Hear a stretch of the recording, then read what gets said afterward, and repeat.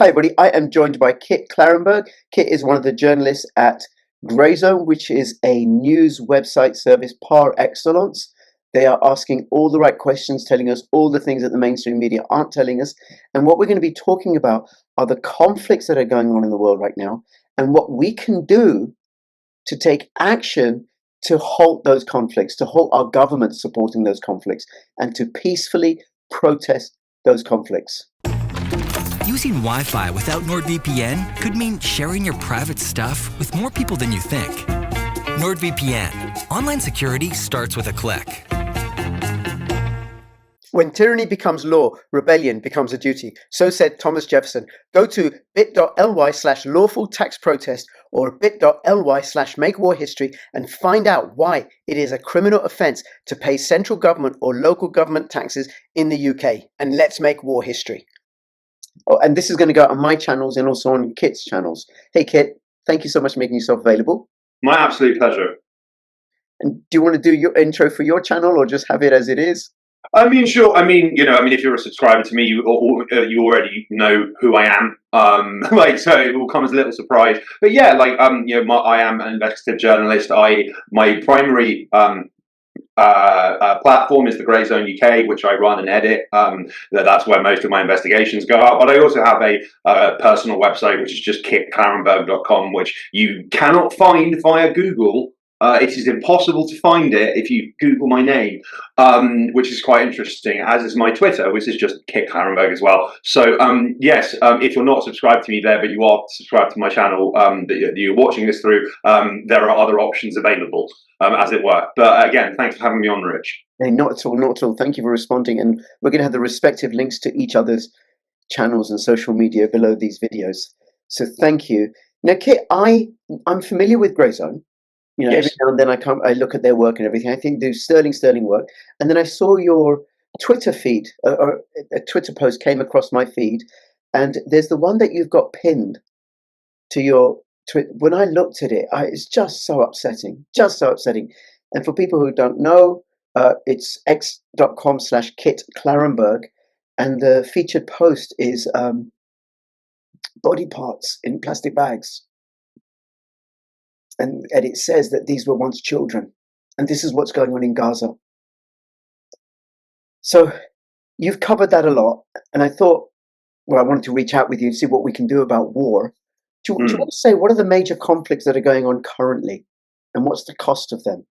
Well, I mean, of course, we have the ongoing genocide in Gaza, which the human toll is absolutely extraordinary. And I might add as well, this is getting slightly less recognition, but it's just as important, is that Netanyahu, the satanic and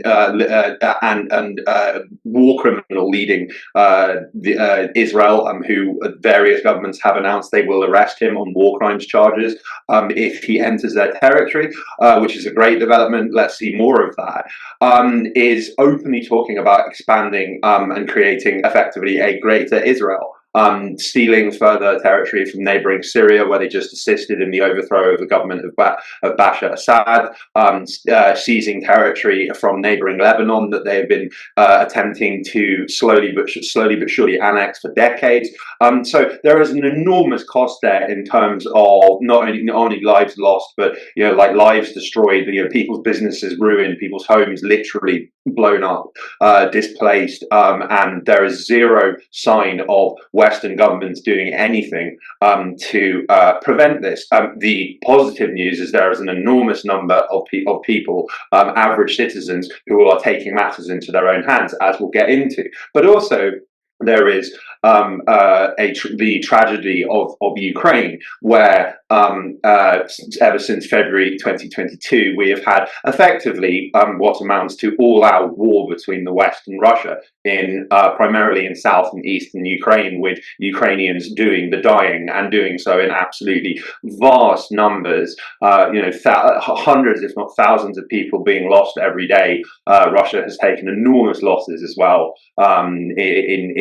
So the cost of that conflict, on top of just the horrors that have been inflicted, they have a huge and by and large unacknowledged economic impact for average people back at home. So the cost of living all over Europe is becoming completely unsustainable for average people.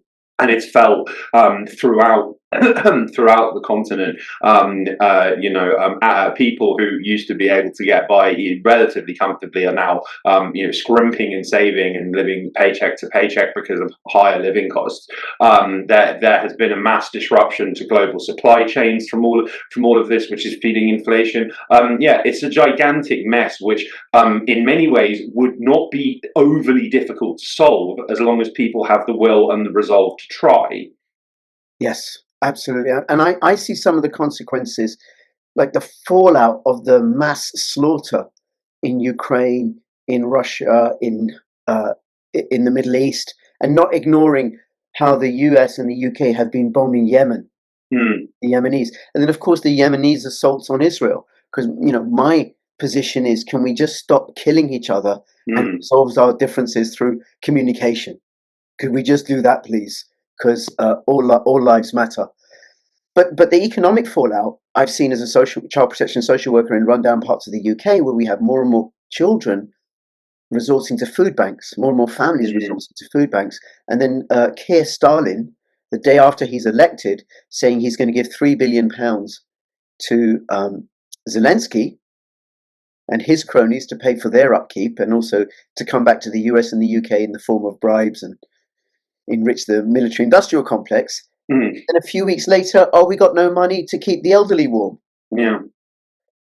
So now, you said that people are taking action against the war in Gaza. What sort of action are they taking, and what's working out to be effective? Yeah, well, I mean, I think that one of the quirks of the Israel-Palestine conflict is that, I mean, never before has media reporting been writ so terribly. Even during the time of COVID, media reporting has never been so bad. So there is always all mainstream outlets avoid calling the genocide a genocide.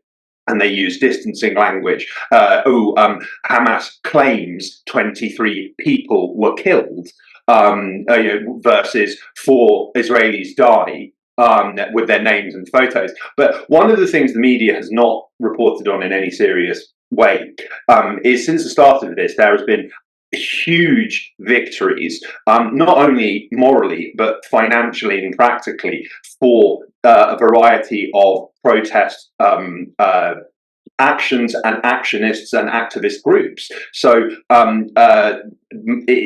are a variety of corporations such as McDonald's who have taken a huge financial hit from people boycotting their goods. Now, we have to bear in mind, BDS is under attack across the Western world. There are moves by governments and local authorities or administrations in certain parts of Europe and North America to ban the movement or ban it on university campuses. Why would they do that unless it was devastatingly effective? Yeah. So I mean, at the extreme end of the scale, and personally, as someone who, yes, was raised in the Quaker faith, I cannot endorse or advocate any form of violence, but you have Palestine Action, who seek to disrupt the supply chains of Elbit, which is a major supplier of material and weaponry that's used to kill children in Gaza. Excuse me. Including quadcopters, which we recently heard some very affecting testimony from a doctor on the front line of the genocide in Gaza, who testified to seeing endless arrays of children that had been shot by quadcopters after being injured in explosive blasts. Palestine Action, they vandalize the offices of Elbit and companies that supply them. They vandalize their banks at which Elbit have accounts. They break into factories and smash up machinery. I'm personally not advocating this, but it is of note that on top of being an impressive risk for a person to take, more often than not, their actionists are walking free from court. Now, this applies the reasons for their victory are something that we, as passive or peaceful resistors, should take lessons from, which is they use the argument of proportionality, because under the Genocide Convention, and it's important to read the wording, it's not a very long document. It states that governments and states and their populations have a duty under the Genocide Convention, a very clear, inalienable legal duty, not right, but duty to attempt to end the genocide however they can. So if you live in a country that is selling Israel weapons, then you have a legal protection for engaging in a variety of acts to prevent those sales from happening. Okay, and we can apply that to all manner of other fields, including the boycott of businesses like McDonald's. All manner of different passive, peaceful, non-violent forms of resistance. There is a very clear legal protection for a variety of resistance. Wow, that's incredible. And just something I want to add, because you did mention, and I have seen something about Palestine Action, that they're taking these actions and they're walking free from court because they're citing the Geneva Convention, and the International Court in Hague has said that what's happening in Gaza is genocide. But if you're connected to them, you could also let Palestine Action know that not only can they walk free, in Britain, juries have the power to annul legislation. So if there's an act of parliament and juries can decide, because somebody can go to court and say, yes, I did that, but here's the reason why. Yes. Juries can find them innocent, but the jury can also annul the act under which they were convicted. And we're not informed of our rights. Yes. So that may be something useful just to let people know of, right? And I'd love to see Palestine Action have them on and see what I can do to support them. Yeah, well, no, I mean they are experts at this, and I covered in detail a variety of some of the first trials of Palestine Actionists where they managed to very effectively sway juries. They got like unanimous or good as unanimous verdicts of innocence, despite admitting, in theory, to committing very serious crimes. Again, I am not suggesting to a single one of our viewers that they go out and do this. But the precedent is there, and that is why there are a wide variety of moves by Western governments to try and blunt movements like BDS and destroy Palestine Action via a variety of different forms of legislation. But I think it's important to note that there are just in terms of I've seen clips doing the rounds of people who go into supermarkets and place Israeli made on hummus, like on olives or whatever, and it's like that is it is very effective. It is precisely what the kind of tactics that anti-apartheid activists employed during the 1980s with enormous effect. It was and just to get super historical, you've got to bear in mind, in the 1970s, South Africa seemed like it was going to endure forever. It was assassinating the heads of anti-apartheid movements the world over very successfully. It was carrying out all manner of skullduggery. It secured nuclear weapons. Like it never did South Africa appear stronger in its history than in the decade leading up to its destruction. So while we can only feel a sense of enormous depression and helplessness and misery at the inhumanity that is emerging from Gaza and now other areas surrounding Israel on a daily basis, this could be the death throes of the Zionist entity. I speak to Palestinian friends of mine who are, under daily threat of being killed, and they say, one day, Kit, you and we're going to be on the beach in Gaza. It's not a matter of when. It's not a matter of if for them. It's a matter of when. And if they can maintain that optimism, we owe it to them and ourselves not to lose optimism either. Absolutely. And there is more that we can do. And I agree. I think Israel's not going to prevail. It's just not going to prevail. The cost to Israel is too great. It's just not viable. They've been a really, really shitty neighbor, and their neighbors are getting more and more powerful and stronger. It's in the long term, it's not going to prevail, which could be a tragedy for Jews. So people have to bear in mind, but being a Zionist isn't the same as being Jewish. The two are very, very Yes. Very different. Very different. just like being Al Qaeda is not the same as being a Muslim. No. Very, very different. Okay, now back to Palestine Action. So Yes. they're relying on the International Geneva Convention, and Britain is a signatory to that. Yes. But the actions that they're taking, not everybody's going to take. But I want to move this on to a process that people in Britain can use and people in other nations can use, where the Geneva Convention and the Conventions Against the Financing of Terrorism have been ratified into domestic law. So if I can refer to that, and if people want to know more, they go to the website bit.ly/makewarhistory, bit.ly/makewarhistory. And Kit, this is something personally that I've done. And the argument is, because the UK has ratified these two conventions into the International Criminal Court Act 2001 and the Terrorism Act 2000. And in both those statutes, there are these provisions which say it is a criminal offence for you, Kit, if you're a government agency, to raise money, any of which will be used, where you have reasonable cause to believe suspect that some of that money is going to be used for genocide, war crimes, crimes against humanity, and acts of terrorism. So if you're any local or central government agency or an agency acting on behalf of those, and you're asking for money, and you have reasonable cause to suspect that it's going to be used for those purposes, you're breaking the law, Kit. So HMRC, local authorities, BBC with their TV license collection service, speeding fines, parking tickets, bus lane violations, court fines, any and all form of revenue that goes into the government coffers, some of that is going to be used for genocide, war crimes, crimes against humanity, and acts of terrorism, as defined by those statutes. So you're committing a criminal act by asking for those funds. If I give you those funds, and I have reasonable cause to suspect that some of that money will be used for genocide, war crimes, crimes against humanity, and acts of terrorism, then I'm committing a criminal offence.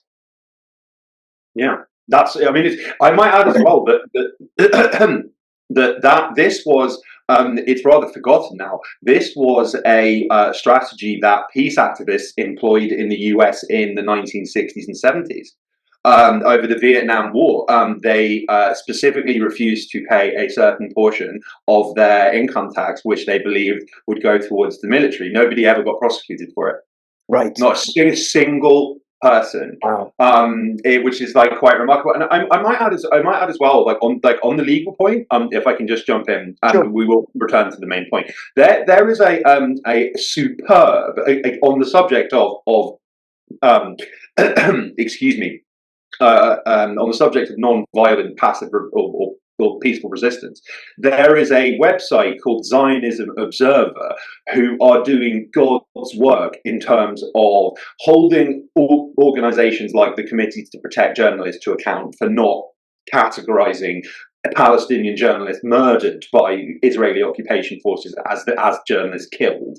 For instance, they have shut down perverse extortion websites run by the Israeli occupation forces that were intended to instill fear into the population of the remaining population of Gaza. But they've also set up a website called TikTokGenocide.com. Now, this documents both every single clip of a Israeli occupation force soldier, of which there are countless, has been uploaded to this website along with the pretty much precise geographical location it was committed. They've also, wherever possible, found biographical information on the people responsible for committing that war crime. Now, the Israeli government has started warning its citizens, all of whom serve in the military, one way or another, that they are facing arrest if they go abroad Now, there are several cases of soldiers. There was an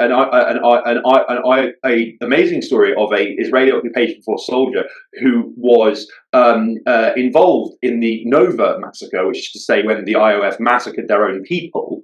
In attempting to prevent Hamas entering Israel, who was picked up on war crimes charges in Brazil. This resource that I mentioned, it is free to access. It is rife with information. Track down citizens of your country who have been involved in war crimes. Pressure your governments to take action against them for crimes they've committed. Not only that, pressure your governments to adopt policies, as we've discussed, of stating any Israeli who enters our territory is going to be arrested for war crimes if the evidence exists, of which there is usually a large self-created amount. Okay, you could even make the argument that governments are likewise breaching this financial requirement to end genocide by allowing, airplane companies to sell tickets to Israeli customers. Using this very basic legal, very well established legal principle, you can achieve a wide variety of different things. That's extraordinary. That's absolutely extraordinary. I'll have the links to those websites in the description below. I hadn't seen them before. Thank you for that. And just to go through the process, there's actually also something else with regards to these statutes, International Criminal Court and Terrorism Act, which is, so if HMRC asks for tax money and they're breaking the law, and if I give them tax money, I'm breaking the law. If I have reasonable cause to suspect it's going to go towards terrorism. But then if I don't report them to the police for asking for money, then I am committing a criminal offense and could serve a 2-year sentence. So it works like this. Supposing you're raising money, or I suspect you of raising money for a prescribed terrorist organization. Terrorism Act requires me to inform the police that this guy came up to me to raise money for a prescribed terrorist organization. If I don't do that, then I could face a 2-year criminal sentence for not reporting this to the police. So, how this works? Oh, and by the way, by those statutes, the UK government's support for the conflicts in Ukraine, in the Middle East, and for the bombing of people in Yemen, the UK is violating its statutes. And we know that, right? Yeah. But it's really clear. It's not just international conventions, but it's domestic statutes, because Parliament has passed these acts. So this whole process was designed by an anti-war campaigner, Chris Coverdale. Credit to him. He'd already done about 50 days in prison for not paying tax as a protest against war. Then he thought, I got to find another way. And he's found this other way, and it's the way that rich people use to avoid paying tax. So that on the Probity Code website, bit.ly/makewarhistory, download a trust form. There are 4 bits to fill out. Very simple bits. Name, and then the amount that's owed, allegedly for council tax or capital gains tax, and then get it signed by a witness, couple of witnesses, not family. Send the copy to HMRC or council tax. And by the way, I just got to say, this isn't legal advice. People got to be responsible. This is a risky process, right? But the way I look at it, the risk that I have to endure is a minor compared to the risk that people in Ukraine or Kursk or Yemen or Gaza or Syria or Tel Aviv have to endure. Yeah. This is nothing. I'm willing to do that in order to prevent further hardship to those people. Yeah. And I might add as well that there actually are a wide variety of a wide variety of organizations which deal with Palestine solidarity. I think they're called the European Legal Support Center. They're based in the Netherlands. They're completely independent, and they are specifically set up to protect and empower the Palestine solidarity movement in Europe. So if you want actual legal advice rather than what we are saying now, contact them. My dealings with them has always been positive. They're extremely professional. They're extremely friendly. They're extremely helpful. They put out they routinely publish reports on Western companies that are invested in the illegal occupied territories or are somehow assisting the Zionist entity War Machine in often companies that you wouldn't necessarily expect, like Airbnb, for instance. Like they have they advertise a large number of experiences and properties in the West Bank, or say illegally occupied Palestinian territory. So they're breaking the law by doing this. So anyway, that's a side issue. The point is that the ELSC, European Legal Support Centre, do speak to them, do consult with them, keep up to date with what they're doing, because they are at the forefront of helping individuals and organisations use legal powers against governments and corporations to try and end the genocide. Fabulous. Listen, I'd love to speak to them. I'll talk to anybody, interview anybody about this. And while I'm saying that this isn't legal advice, I'm not a qualified barrister or solicitor, I am making reference to statute. And here's one I'm going to quote from the the Terrorism Act 2000, Section 17, which is still in effect, and people can go to legislation.gov.uk, and it says, a person commits an offence if he enters into or becomes concerned in an arrangement as a result of which money or property is made available or is to be made available to another, and he knows or has reasonable cause to suspect that it will or may be used for the purposes of terrorism. So while this isn't legal advice, it is backed by statute. We made reference to statute. And this is what I did. So I sent HMRC, I had a small capital gains tax bill. I sent them the trust form, and which essentially says you can have this, you're the primary beneficiary. You can have this money, provided you, and I didn't send them any money, provided you can demonstrate that you're acting in compliance with these statutes. And I cited the specific provisions in those two statutes. Another one is from, I'm just having a look, Section 51 of the International Criminal Court Act 2001. It is an offence against the law of England and Wales for a person to commit genocide, a crime against humanity, or a war crime. And this section applies to acts committed in England or Wales or outside the UK. Then also the Supreme Court has ruled that these statutes apply to government agencies and their agents. And there is a provision in International Criminal Court Act 2001, which says, Section 78, this act binds the Crown and applies to persons in the public service of the Crown and property held for the purpose of the public service of the Crown, as it applies to other persons and property. So if I give money to a terrorist organization, directly or indirectly, I'm committing a criminal offense. But the same applies to someone who's acting on behalf of the government to collect revenue that's going to be used for terrorism or genocide, war crimes, crimes against humanity. And to go back to an earlier point where you said in the US in the 60s, that people withholding a proportion of their tax, that isn't going to work in the UK. Yes. If I owe £1,000 and I think it's roughly, it's about 2.5% officially. It's probably more when you take in all the secret disbursements, right? But let's just say, for argument's sake, 2.5%. If I give £1,000 in tax and withhold 2.5% of that, well, whatever I give, they're going to use 2.5% of that for defence spending. So if I give £97.50 instead of 100, they use 2.5% of the £97.50. So you've got to withhold the entire amount. Yeah. But the deal is, in the trust form, either you demonstrate that you're acting in compliance with statute, and then all the money is yours, and there's a certain by when, or if you fail to do so, the money goes to the secondary beneficiary, which can be myself, it can be anybody else, it can be another agency. And trust law is older than the Magna Carta. It's that embedded in Britain's legal tradition. So I sent that to the HMRC about a year ago. I gave them 2 months. They didn't respond. They then started sending me this stand. By the way, I told them how much tax I owed them. So it was clean hands approach. I wasn't hiding anything. I'm not evading. I'm not avoiding. They asked me for payment, and then we had a series of letters back and forth. And in the letters, I'm saying, look, I want to act legally and within statute.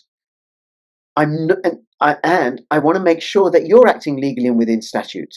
They came back and said, look, you have to pay taxes that are lawfully due. And I said, good, I want to pay taxes that are lawfully due. Tell me if I'm breaking the law here and if you're breaking the law here. And tell me what exemptions there are, because look at these provisions. And then they said, you can't withhold because of your personal beliefs. And I went back and said, I've said nothing about my personal beliefs, nothing about my personal beliefs. This is just a matter of statute. Am I exempt? Are you exempt? And eventually I got fed up with these back and forth letters, and I sent them an affidavit, which for people who don't know is a sworn statement of fact. And in my affidavit, I said, I did this, I did this, I did this. This is what the provisions say. At no point have HMRC given me an exemption or cited any exemptions where these provisions don't apply. Gave them 2 weeks to rebut it. They failed to rebut it. I sent them a notice of default and said, this matter is now settled. Now, at no point did HMRC say to me they were going to take me to court. And I think the reason for that is they'd be asking the court to compel me to do something that's in violation of statute.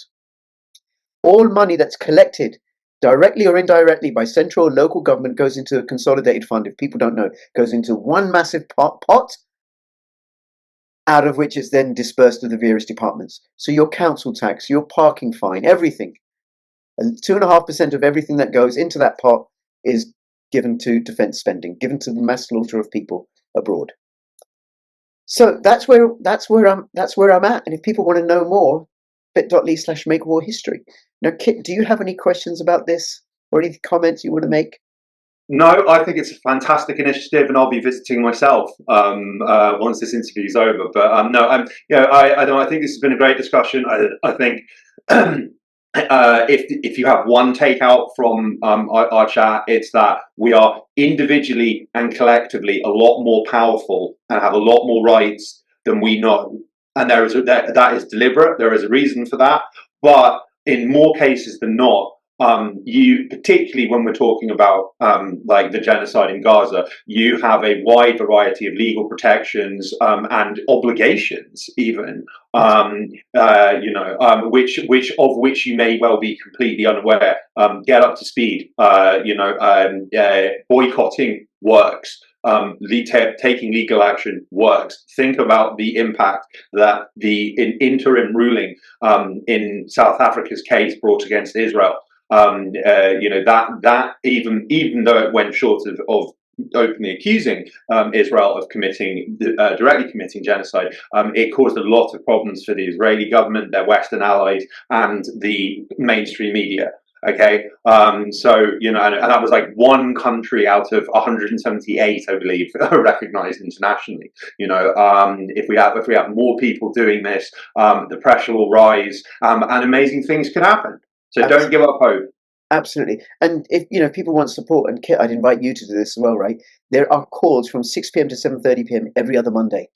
You have to register on the website. It's free to register. The calls are free.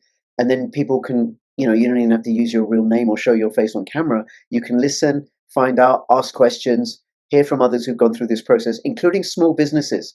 I interviewed one guy who runs a couple of hair salons, and he's withheld his tax this way because he's using payroll tax for the employees who are willing to do it, corporation tax, and also VAT, because some of that is used for genocide and other crimes against humanity.